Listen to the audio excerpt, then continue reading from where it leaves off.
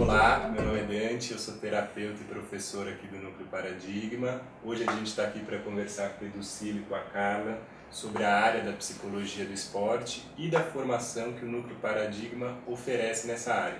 Tudo bem, Edu? Tudo bom, Carla? Tudo bom, Dante? E aí, pessoal, conta pra gente um pouquinho, até para quem não conhece tanto a área, desde quando ela existe, como é que ela se desenvolveu nesse tempo, e depois a gente fala um pouquinho da formação que o Paradigma oferece. Edu, psicologia do esporte, caracteriza essa área pra gente.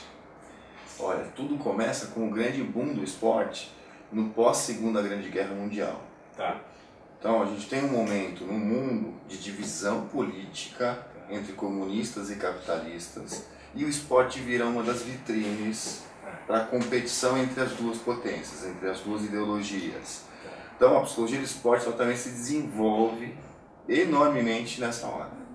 É a hora que tudo pode ser utilizado para melhorar a performance dos atletas. O esporte como uma bandeira política também. Exatamente. E aí o que acontece? Psicólogos que não eram da área do esporte passam a ser convidados e desenvolver pesquisas, trabalhos nessa área? É um pouco ali que começa a psicologia do esporte? Como tudo começa para valer na União Soviética, eu não usaria o termo convite. Olá, tá bom, entendi. Mas convocação, entendi. Seria melhor. Uma intimação. Uma intimação, tá isso. Bom. E aí a psicologia ela começa a se adaptar para melhorar de performance. Então sai da academia, da universidade e vai para uma área de aplicação, é isso? Exatamente. No Brasil isso chega em que momento? Cerca de 30, 40 anos depois, tem esse pequeno lag aí entre o que acontece no leste europeu, na América do Norte e no Brasil. E aí vem psicólogos de lá compartilhar a experiência deles com a gente, ou a nossa escola de formação tem uma característica própria? Como é que se dá isso? A nossa escola de formação tem uma influência muito forte da escola cubana, então indiretamente da escola soviética. Tá. Até por uma questão de proximidade, de oportunidade. Muitos dos nossos primeiros psicólogos do esporte foram buscar a formação em Cuba, porque aqui a gente não tinha. Tá. A inserção do psicólogo do esporte está aumentando cada vez mais dentro das equipes esportivas, principalmente porque a gente está numa fase e num momento do Brasil onde o esporte é a bola da vez. Então, a Copa do Mundo, as Olimpíadas serão aqui, existe uma injeção de investimento na área esportiva e todos os profissionais que trabalham na área têm tido uma demanda muito maior.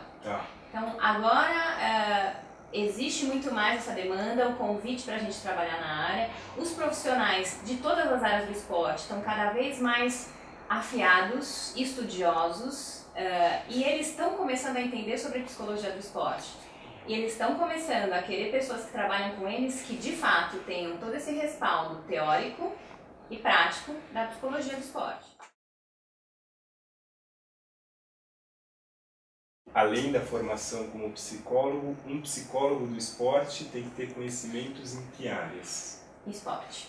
Esporte. A modalidade em si. Modalidades e conhecer profundamente a modalidade que vai trabalhar. Precisa saber sobre treinamento, precisa ter conhecimentos básicos sobre fisiologia do exercício, nutrição esportiva, noções de biomecânica, noções da história do esporte, porque se vai trabalhar nesse ambiente e numa equipe interdisciplinar, vai precisar saber essa linguagem para conseguir se comunicar e fazer um trabalho efetivo.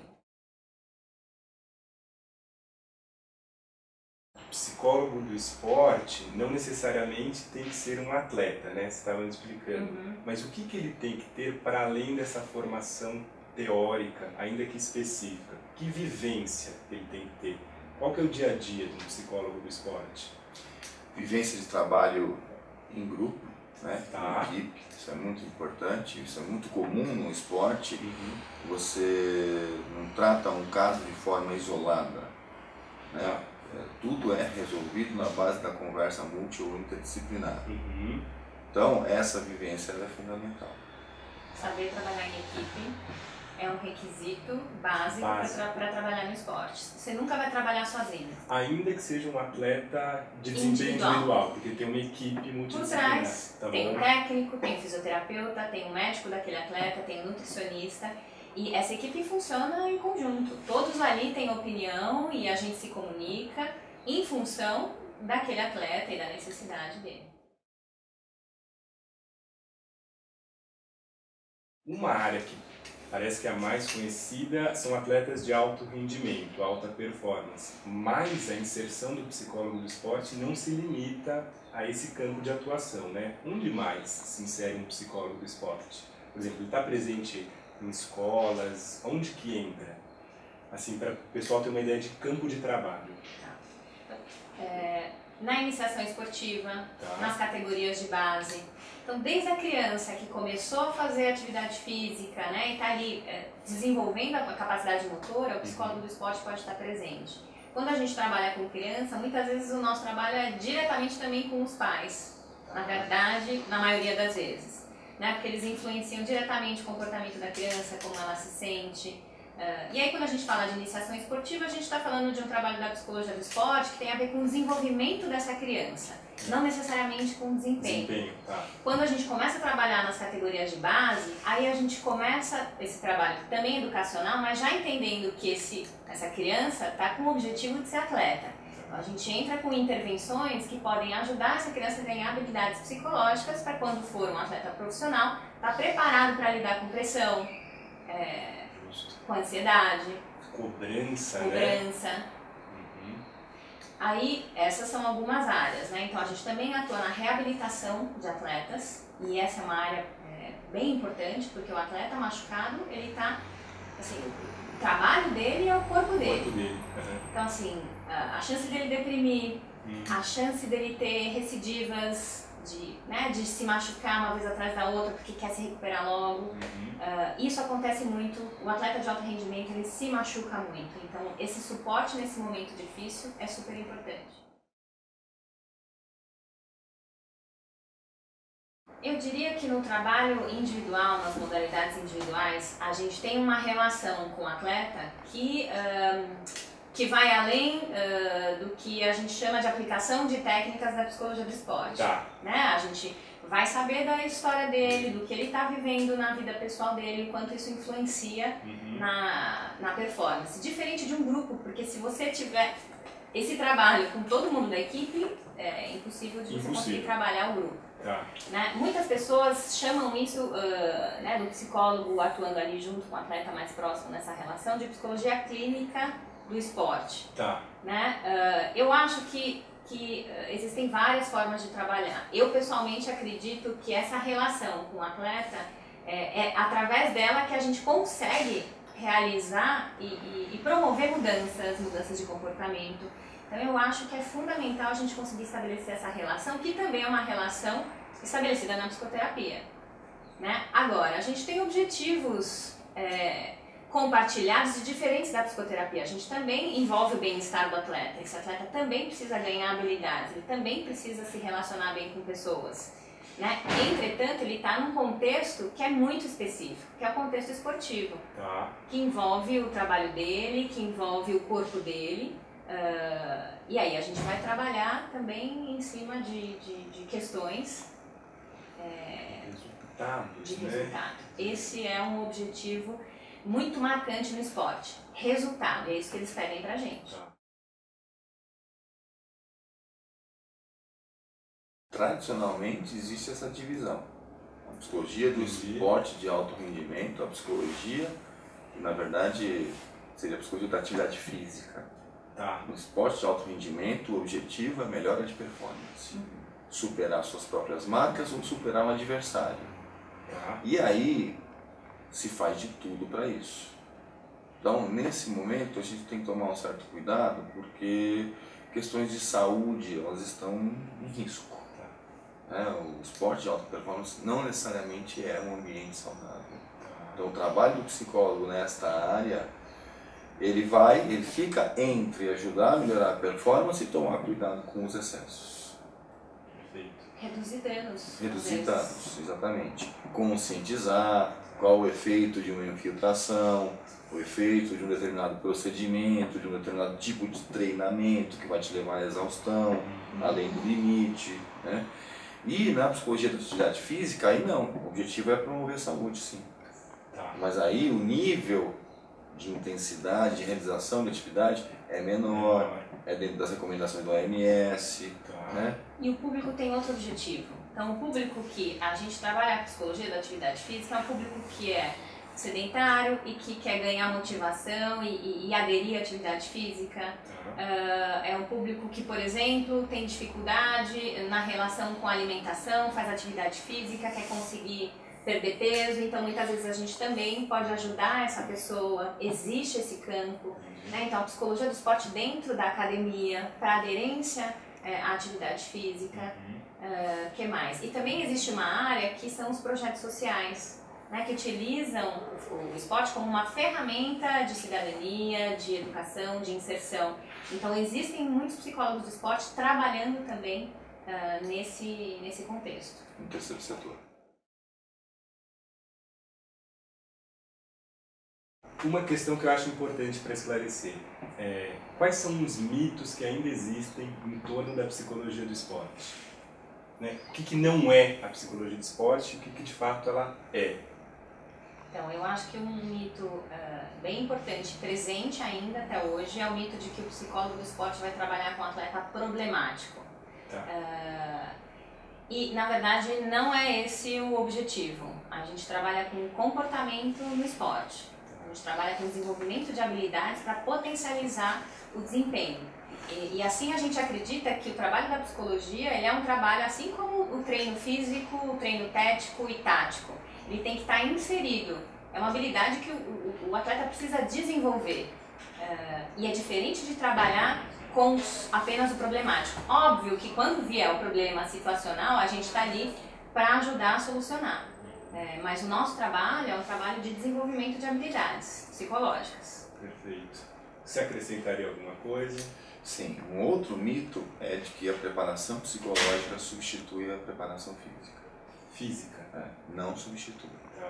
A preparação psicológica ela é importante sim, ela é decisiva sim, porém ela se insere dentro, né, da periodização total do esporte.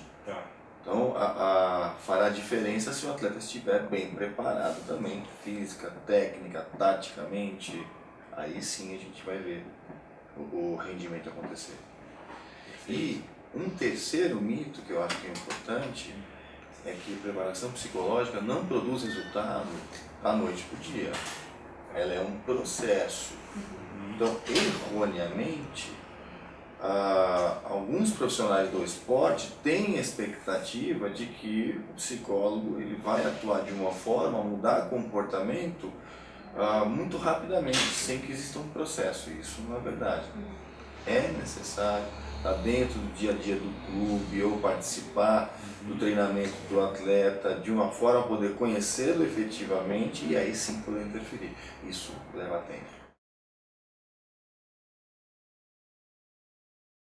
Tem uma questão da linguagem também, que não pode ser uma linguagem acadêmica para lidar com o atleta muitas vezes, né? Como é que é isso? Tem que ter um jargão, né? Para o cara também botar credibilidade ali. Não, esse cara tem que contribuir comigo. Como é que se dá isso? Então, para trabalhar no esporte, primeiro você tem que gostar do esporte. Você vai precisar conhecer muito a modalidade que você vai trabalhar.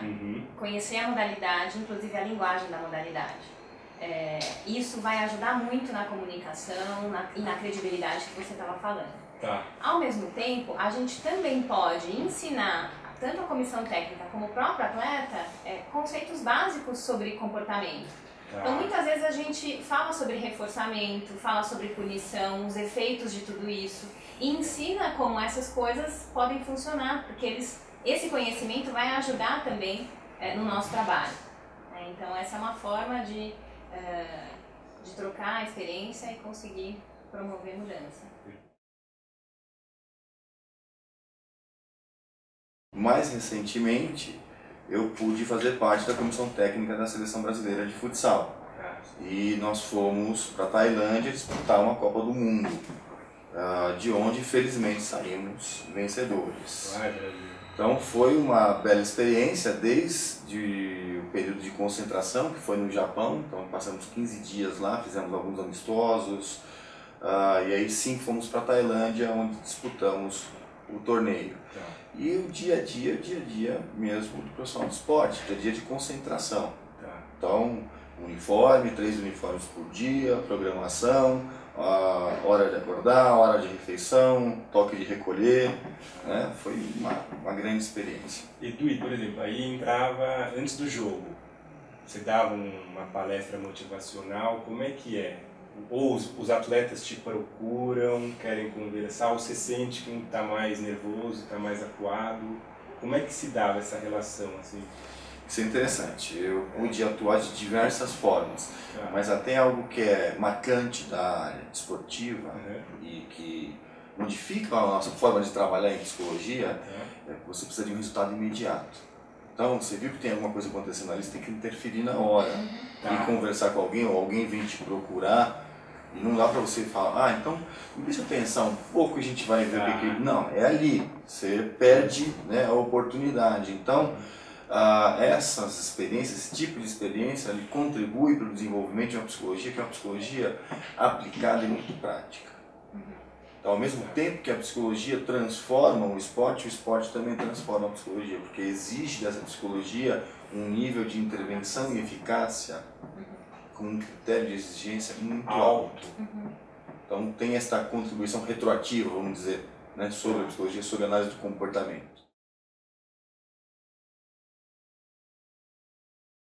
Cada modalidade, ela tem um funcionamento. Então, o tênis, por exemplo, com o Tomás, é um esporte de muita solidão e de muita viagem, né? Ele mora dentro dos hotéis, ele tem torneio um seguido do outro, começa na Austrália, vai para os Estados Unidos, depois ele está na Europa e depois na Ásia.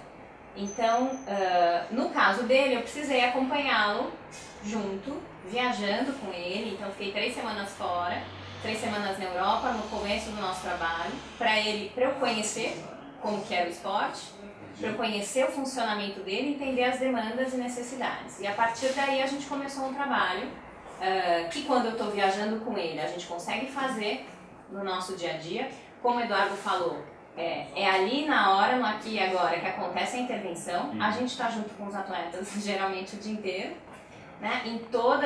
Quando a gente viaja principalmente, em todas as situações, desde o café da manhã até o treino físico, até a reabilitação, às vezes até no momento de lazer. Então é um setting completamente diferente, que a gente tem que ter um bom jogo de cintura para conseguir manter também sempre a relação profissional, porque a gente não está lá para ser o melhor amigo, a gente está lá para trabalhar. Profissional, né? Exatamente. E ao mesmo tempo a gente está nesse contexto aberto, amplo, onde acontecem muitas coisas que a gente pode utilizar como momento para intervenção. Perfeito. Então, assim, é muito rico, ao mesmo tempo muito complexo. A análise do comportamento, ela se insere na área da psicologia do esporte? Quando, de que forma e hoje como é que está aqui para nós no Brasil? Isso. É um casamento, digamos assim, até natural. O tipo de atuação de uma análise do comportamento, ele combina com a atuação dos profissionais de esporte. Então foi uma aproximação que aconteceu de uma forma praticamente espontânea. O que favorece essa aproximação? Nós estamos acostumados a lidar com mensuração de comportamento, com registro de comportamento, folha de registro. Né? Não é muito diferente do que faz uma comissão técnica quando observa e registra o comportamento, o scout de performance. E esse scout ele é levado ao treinador que toma decisões em cima daquelas informações, então tira um jogador, coloca outro, ou dá uma outra instrução. Então, nesse sentido, as coisas elas combinam muito bem. Né? Os procedimentos do esporte combinam com os procedimentos de análise de comportamento. Conta um pouquinho pra gente da formação em psicologia do esporte que o Núcleo Paradigma oferece, tanto do ponto de vista teórico quanto dos estágios que tem as parcerias. Né? O que a gente tem a oferecer enquanto formação? Quando nós montamos esse curso, nós pensamos exatamente no que nós gostaríamos de ver num curso se nós fôssemos alunos. Fazer, legal. Né? Isso pelo percurso que a gente tem na área, né? Pelo que a gente já viu por aí. Então, o que a gente idealizou é nesse sentido mesmo. É uma formação que passa pelos conceitos básicos de análise do comportamento e pelos conceitos básicos do esporte também. Então, todos os conteúdos que a Carla elencou aqui, biomecânica, teoria do treinamento, fisiologia do exercício, são conteúdos abordados do ponto de vista teórico, né, por profissionais de grande gabarito e reconhecimento no mercado. Tem profissionais de outras áreas que vêm. Sim, a gente tem um módulo que são os conceitos básicos do esporte, que os professores convidados são professores que estão com os atletas de alto nível e que a gente traz e convida eles para contar um pouco sobre o que é essa área específica, do que ela fala, qual é a linguagem e aonde entraria o psicólogo nesse contexto. O que ele precisa saber dessa área. A vivência mesmo do esporte e o diálogo com outros profissionais. Sim. Isso é dentro de uma disciplina que chama Conceitos Básicos do Esporte. O que mais que temos assim na grade? Nós temos também estratégias de avaliação e intervenção. Então, como que a gente adapta esse dia a dia do psicólogo do esporte às modalidades diversas. Então, como que a gente observa e registra e que tipo de intervenção você propõe para um caso, para outro caso. Então, a gente sempre vai trabalhando muito em cima da prática. Vocês vão trazendo exemplos também da prática de vocês. Sim. Legal. Imagens de bastidores, essas coisas que chamam a atenção e que são decisivas na hora de você pegar e optar por um procedimento ou por outro. Perfeito. Que dificilmente você vê isso relatado na mídia, né? Ou dificilmente em trabalhos científicos, porque é um nível de detalhamento que não cabe nesses veículos, mas é só nessas oportunidades que a gente pode realmente discutir neste nível de detalhamento, né? Só mesmo no nosso curso. E tem os estágios também, que você ia falar antes. Ia falar exatamente sobre os estágios. Boa.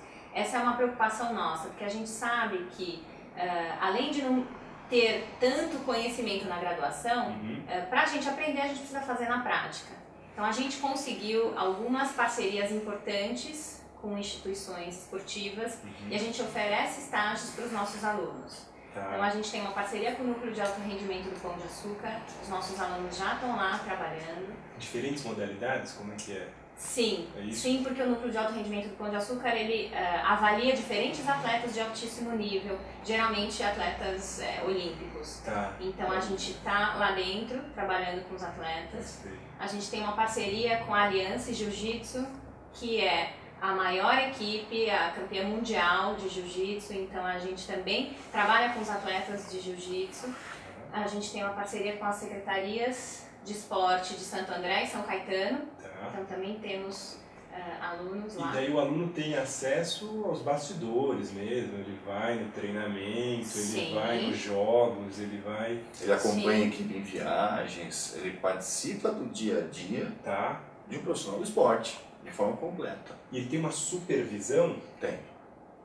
Sim. Legal. O curso proporciona a nossa supervisão desses alunos, então, quinzenalmente, os alunos têm a nossa supervisão e aí a gente ajuda na intervenção que está sendo feita, no olhar, nessa observação de tudo que está acontecendo.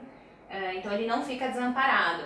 Né? Óbvio, os alunos chegam às vezes com pouquíssimo repertório, mas o curso quer promover exatamente isso, ele ganhar mais repertório, começar a atuar com esse respaldo atrás e para se sentir seguro, quando sair dessa formação, poder ir para o mercado de trabalho. E o que a gente tem visto, assim, e estamos muito felizes, é que os nossos alunos já estão inseridos no mercado. Né? Fica o convite, então, para quem se interessar. Quem quiser se inscrever já pode ser a partir de agora no Núcleo Paradigma. Muito obrigado, esses dois especialistas, Educilo e Carla de Pierro. Foi um prazer conversar com eles.